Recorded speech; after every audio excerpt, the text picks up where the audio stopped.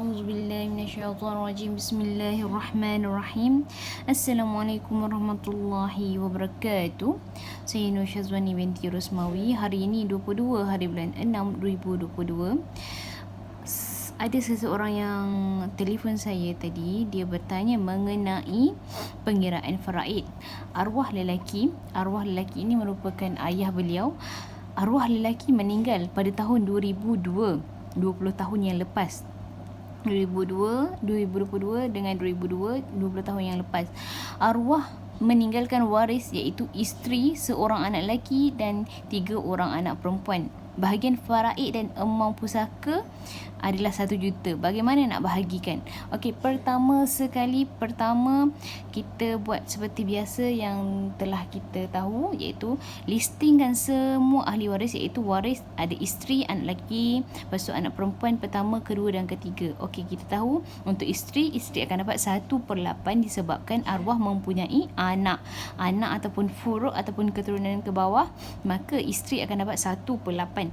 Maka yang lebihnya asobah akan dapat kepada anak-anak, iaitu anak lelaki, anak perempuan. Anak lelaki akan dapat 2 bahagian, anak perempuan akan dapat 1 bahagian setiap seorang. Okey. Kalau kalian nampak kat sebelah sini saya tulis 2111, iaitu 2 ini untuk bahagian anak lelaki dan anak perempuan 111 untuk setiap bahagian untuk anak perempuan. Apabila kita tambah 2 campur 1 campur 1 jadi 5. 7/8 ini asobah tadi, baki tadi 7 tak dapat nak bahagi dengan 5. Kenapa tak dapat nak bahagi dengan 5? Sebab kalau kita bahagi juga, dia akan dapat perpuluhan atau pecahan yang sukar untuk kita. Jadi kita darabkan 5 ini di sini. 8 darab dengan 5 jadi 40. 40. Untuk bahagian isteri pun kena darab. 1/8 darab dengan 5 jadi 5/40. Untuk bahagian anak lelaki kita darabkan seperti ini. Bahagian untuk anak lelaki ini 2 bahagian. 2 darab dengan 7, baki asobah yang ditinggalkan, darab dengan 7. 2 darab dengan 7 jadi 14. Yang bahagian kat bawah ni kena samakan dengan yang di atas ini, iaitu 8 darab dengan 5, iaitu 8 darab dengan 5 jadi 40. Sama juga bahagian dengan untuk anak perempuan ini, 8 darab 5, 8 darab dengan 5, 8 darab dengan 5 iaitu 40. Untuk bahagian untuk anak perempuan pula yang kat atas, pengangka 1 darab dengan 7. 1 ni untuk bahagian anak perempuan dapat 1 bahagian darab dengan 7. Jadi 1 darab 7 jadi 7/40 untuk setiap anak perempuan. 7/40, 7/40, 7/40. Jadi untuk pengiraan harta pusaka yang ditinggalkan oleh arwah lelaki ini 1 juta, maka finalize ini yang terakhir ini 5/40 darab dengan 1 juta. Jadi isteri dapat 125,000. Untuk anak lelaki dapat 350,000. Untuk anak perempuan, setiap anak perempuan akan dapat 175,000 setiap seorang anak perempuan.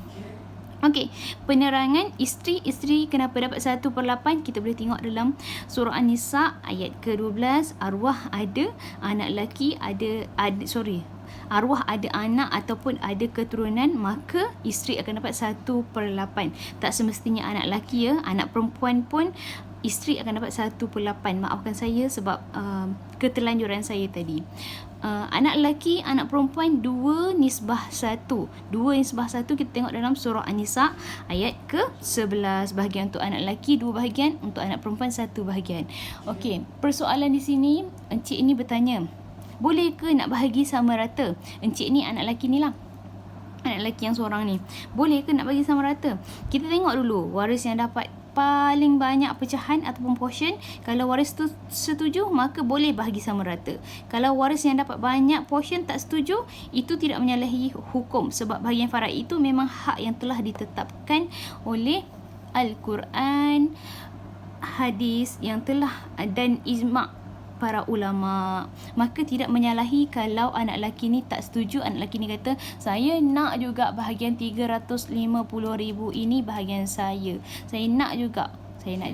Tapi jika apa, kalau kita panggil, kalau kita nak jaga hubungan baik, kalau kita nak jaga persaudaraan, boleh je nak bahagi sama rata. Kita tengoklah adik-beradik ni, mak ni susah ke tak. Ni mak lah, kalau anak lelaki ni untuk dia ni adalah emak dia, ni adalah adik-beradik dia. Kita tengoklah adik-beradik susah ke senang ke, kita tengoklah sama-sama bermuafakat, sama-sama bertoleransi.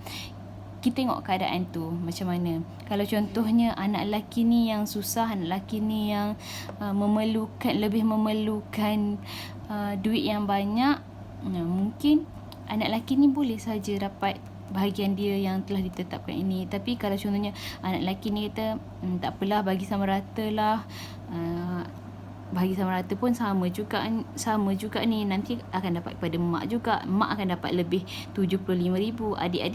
Adik-beradik ni akan dapat 25,000 je, tak banyak sangat ni. Itu adalah contoh. Sebab apa saya kata 25,000? Sebab kalau 1 juta ni bahagi dengan 5, maka setiap orang ni akan dapat 200,000. Maka mak akan dapat lebih 75,000. Adik-beradik perempuan ni akan dapat lebih 25,000. Jadi anak lelaki ini dia mendapat pahala, InsyaAllah dapat pahala sebab dia bertaharush, dia tahu dia memberikan hak dia kepada mak dan adik-beradik ni. Itu apa pandangan saya lah. Itu pandangan saya.